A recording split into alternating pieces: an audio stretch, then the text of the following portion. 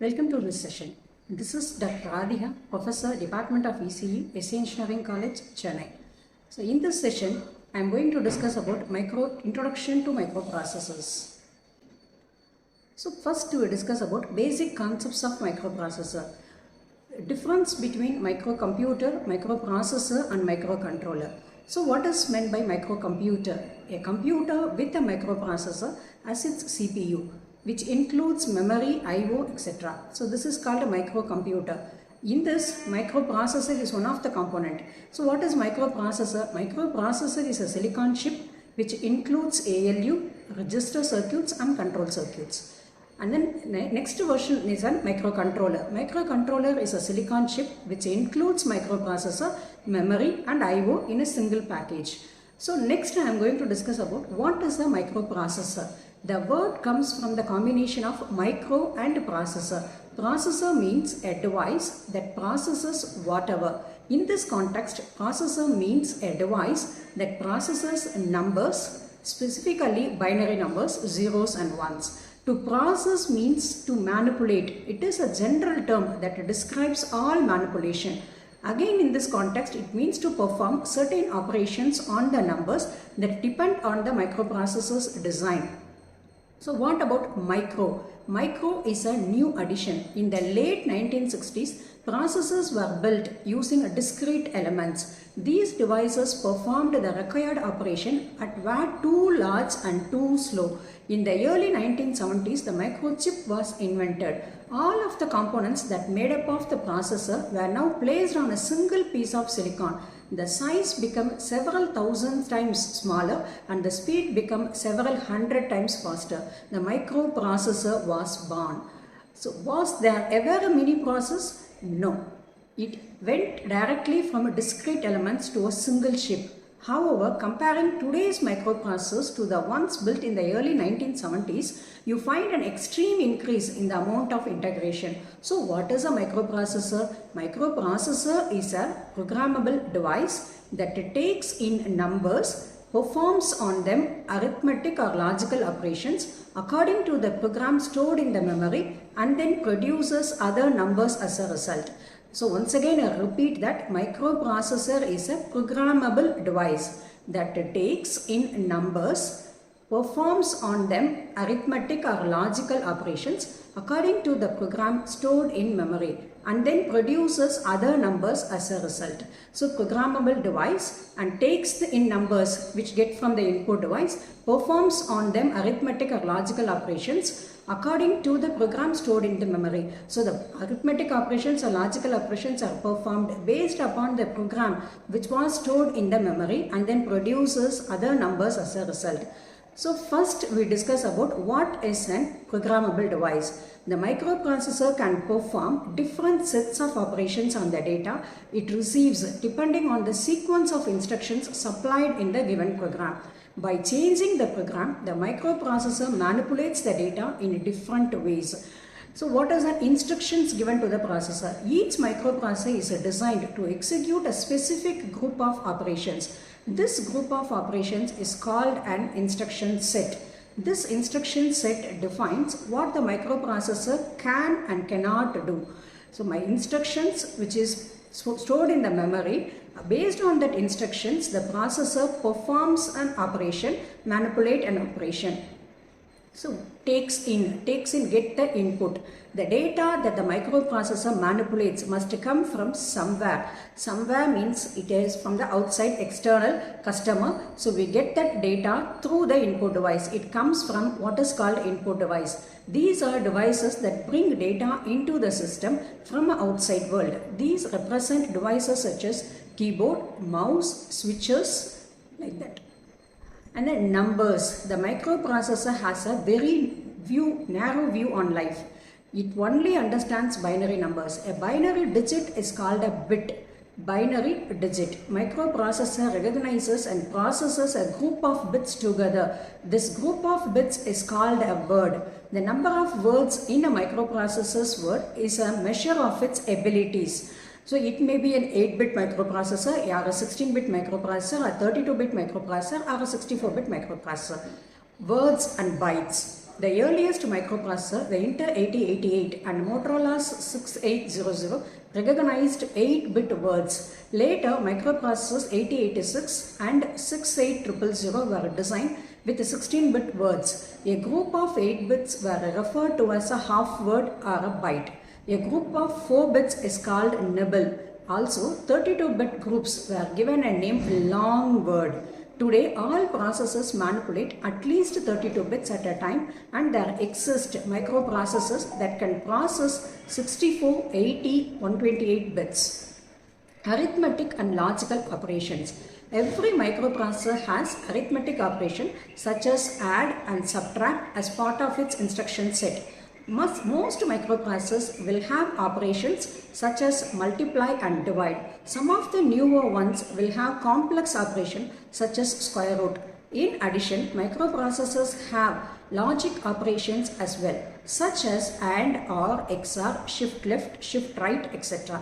Again, the number and types of operations define the microprocessor's instruction set and depends on the specific microprocessor.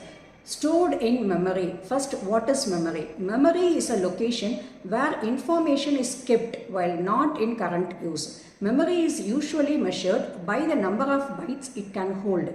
Kilobyte, megabyte, gigabyte, etc. Stored in memory. When a program is entered into a memory, it is stored in memory. Then as a microprocessor starts to execute the instructions, it brings the instructions from memory one at a time. Memory is also used to hold the data. The microprocessor reads the data from memory when it needs it and stores the result into the memory when it done. So microprocessor gets the data from memory, gets the instruction from memory. Based on the instruction, it executes the program and then manipulates the data and produces the result. The result is also stored in memory. Producers. For the users to see the result of execution of the program, the results must be presented in a human readable form. The results must be presented on an output device. This can be the monitor, a paper, from a printer, a simple LED, or many other forms. Microprocessor based system consists of 4 blocks. Input block, microprocessor, output block, memory. Input block sends the data to the microprocessor. The microprocessor manipulates the data based on the instruction which is stored in the memory, and that manipulated data is sent directly to the output or otherwise stored in the memory. So the input device is an unidirectional, and then microprocessor to output is an unidirectional, microprocessor to memory is a bidirectional. Inside the processor, there are 3 main units. In arithmetic logical unit, control unit, and array of registers. The array of registers is used for holding data while it is being manipulated. So the microprocessor consists of ALU, arithmetic logic unit, register array, and control unit. That is communicated with the system bus. System bus is a group of wires which can communicate with input-output device, memory, and the processor. Memory stores information such as instructions and data in binary format 0 and 1. It provides this information to the microprocessor whenever it is needed. Usually, there is a memory subsystem in a microprocessor based system. This subsystem includes register, ROM, RAM. Memory map addresses. So in this, I am going to discuss about EEPROM and RAM. For example, I'll consider 1 EEPROM and 4 RAM. So first EEPROM stored in that location 00002 to 3FFF. So address range of EEPROM chip lies between 000 and 3FFF. And then RAM 1 address range, first RAM chip address range is 4400 to 5FFF. And RAM 2 address range is 6000 to 8FFF, and RAM 3 address range is 9000 to A3FFF, and RAM 4 address range is A400 to 57FF. So totally the total address range is 0002 to 4FFFF. So that is 64K bytes. So in that we can split into allocation, split the allocation address range to different locations and store the data. We consider the memory as an EEPROM memory or a RAM memory. memory. To execute a program, the user enters its instruction in binary format into the memory. The microprocessor then reads these instructions and whatever data is needed from memory executes the instructions and places the results either in memory or produces it on an output device. There are 3-cycle instruction execution model. To execute a program, the microprocessor reads each instruction from the memory, interprets it, and then executes it. To use the right names for the cycles, the microprocessor fetches each instruction, that is, reads the instruction from the memory, fetches each instruction from the memory and decodes it, that is nothing but interprets it and then executes it. This sequence is continued until all instructions are performed. What is meant by machine language? The number of bits that form the word of a microprocessor is fixed for that particular processor. These bits define a maximum number of combinations. However, in most microprocessors, not all of these combinations are used. Certain patterns are chosen and assigned specific meanings. Each of these patterns forms an instruction for the microprocessor. The complete set of patterns makes up the microprocessor's machine language. Machine language is only understandable by the machines. So how the customer is interpret with the machine? So customer user friendly language is called an assembly language. So next to the machine language we go for an assembly language. Now the English written language we call it as a programming language is there.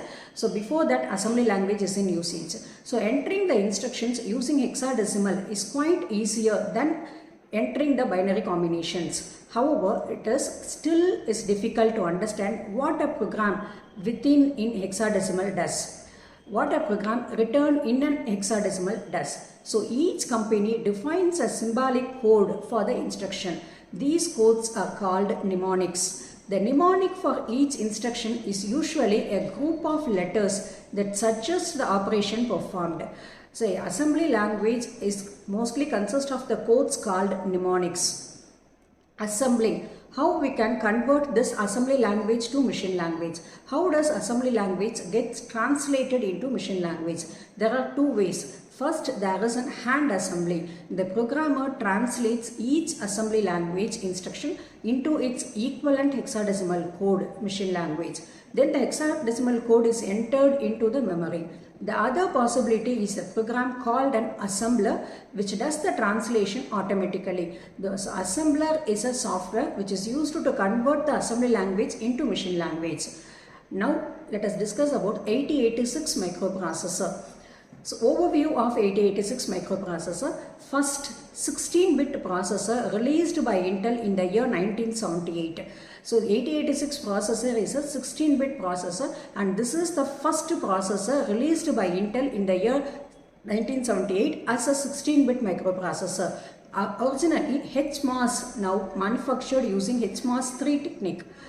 Approximately 29,000 transistors which consist of 40-pin dual inline package 5-volt supply. Does not have internal clock, external asymmetric clock source with 33% duty cycle. It has 20-bit address to access memory up to 1 megabyte, that is 2 power 20, that is 1 megabyte. To calculate the memory location, memory capacity of the processor, we have a formula 2 power n. The n denotes the number of address lines. Here number address lines is 20-bit address, 20 address lines are there. So 2 power 20 is equal to 1 megabyte. Addressable memory space is organized into two banks, odd bank, even bank, each bank of 512 KB. Address line A0 is used to select even bank and control signal BHE is used to access odd bank. So odd bank and two banks are there, odd bank and even bank. Odd bank is accessed with the help of a signal, bus high enable signal, we represent as BHE signal, and the even bank is identified with the help of an A0. A0 is a lower bit of address lines, we represent as A0. Uses a separate 16-bit address for I/O mapped devices. It can generate 2 power 16, 64K addresses. operates in two modes, minimum mode and maximum mode. Minimum mode we call it as in uniprocessor mode, maximum mode we call it as in multiprocessor mode, decided by the signal Mn/mx bar. Mn/mx bar is equal to 1, it is at minimum mode, is equal to 0, it acts as a maximum mode. And then this is an architecture of our 8086. So in this architecture, the architecture classified into two units. One is execution unit, another one is bus interface unit. In execution unit, there are an address registers, general registers, and then pointers, instructions, index registers are there, temporary registers, an arithmetic logic unit, internal control system, flag registers. These are comes under execution unit. Execution unit executes instruction that have already been fetched by the bus interface unit. So bus interface unit and execution unit functions separately, parallelly. So bus interface unit fetches instructions, reads data from memory and IO ports, write data to memory and IO ports. So fetching the data and then send the data out. These two operations are performed by bus interface unit, because in this case bus is involved to fetch the data and then send back the data to an output. So bus involved in that, we call it as bus interface unit. So in this unit there is a memory address generation is there, and then ports, segment registers are there, instruction pointers are there, instruction. Thank you. We will see the remaining things, addressing mode, instruction set in the next sessions. Thank you.